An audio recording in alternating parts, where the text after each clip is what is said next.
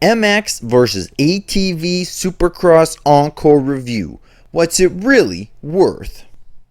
MX vs ATV Supercross is a racing style video game developed by Rainbow Studios and published by Nordic Games. And today I'm going to be doing a full review of the game and give you my thoughts on what was good, what was bad, and what I think this game is really worth.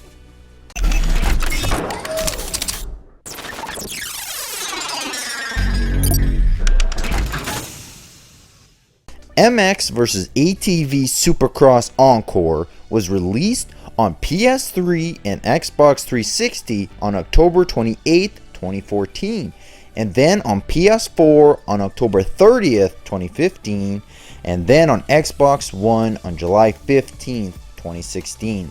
The focus of the game allows for the player to race motocross bikes or ATVs against each other in Supercross events. Now let's break this game down and see what it's all about. Graphics.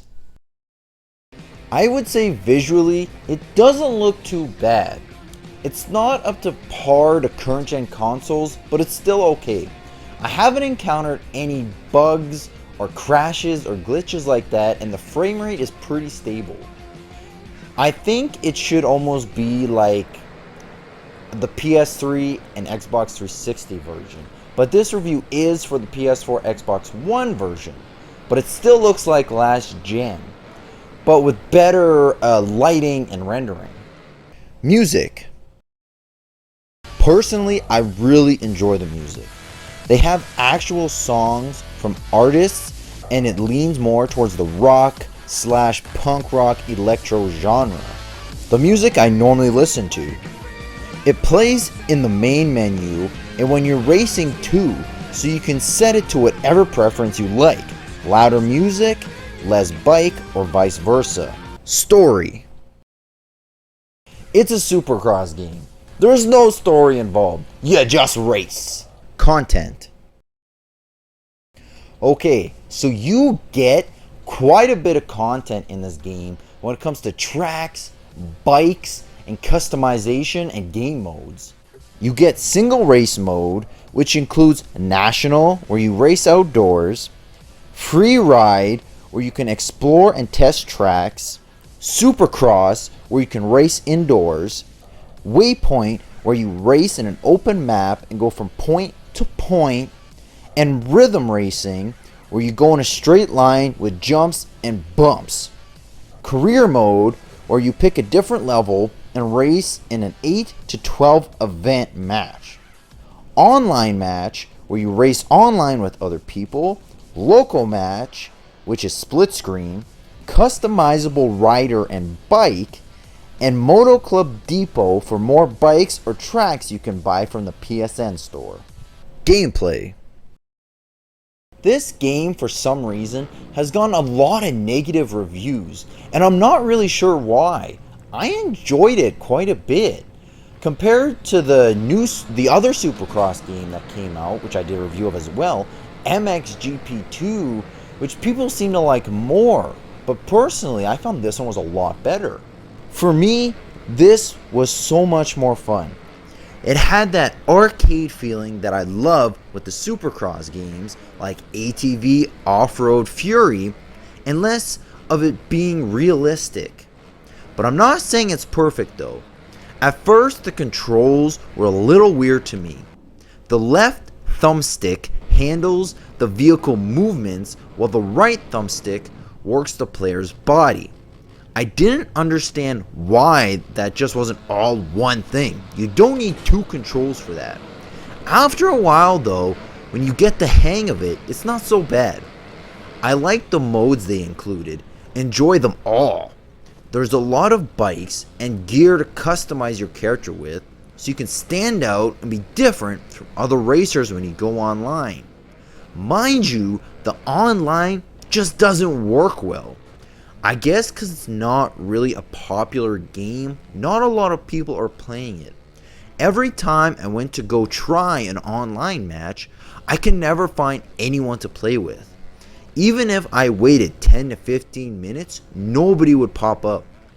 I do like that you can choose between riding an ATV or a motocross bike anytime you want. I personally prefer the bike, but they're both very good in their own way. And the loading times in this game are very good for how big the tracks are. Everything loads up fairly quick. Alright, so now let's get down to the final verdict, what I think this game is really worth. So for the PS4 and Xbox One in the US and Canada, it's $30. So for everything you get, lots of tracks, weird controls, last gen graphics, arcade style, online doesn't work, fun game modes, split screen, cool music, fast loading. This game, in my opinion, is fun. I really enjoyed it. Now, whether you're either playing by yourself with the AI or split screen, it's fun. And with the arcade style and with it not being like a simulator supercross game like MXGP, it was just more enjoyable and not so serious. And for the price tag of it only being $30 in US and Canada, for all the game modes and customizations you get, that's not a bad price considering. Like, it's really good. Whereas like I said, the MXGP game that just came out, that's full retail price, but this is $30. Even though I do know it is a remaster, it's still a lot of fun, and I think a lot of people would enjoy it. So if you're looking for a more arcade style supercross game, this one's for you, and I highly recommend it. It's very fun. I just couldn't understand why people on the reviews, I don't want to say any websites, but some of the reviews were bashing the game, saying it was really bad and just poorly done.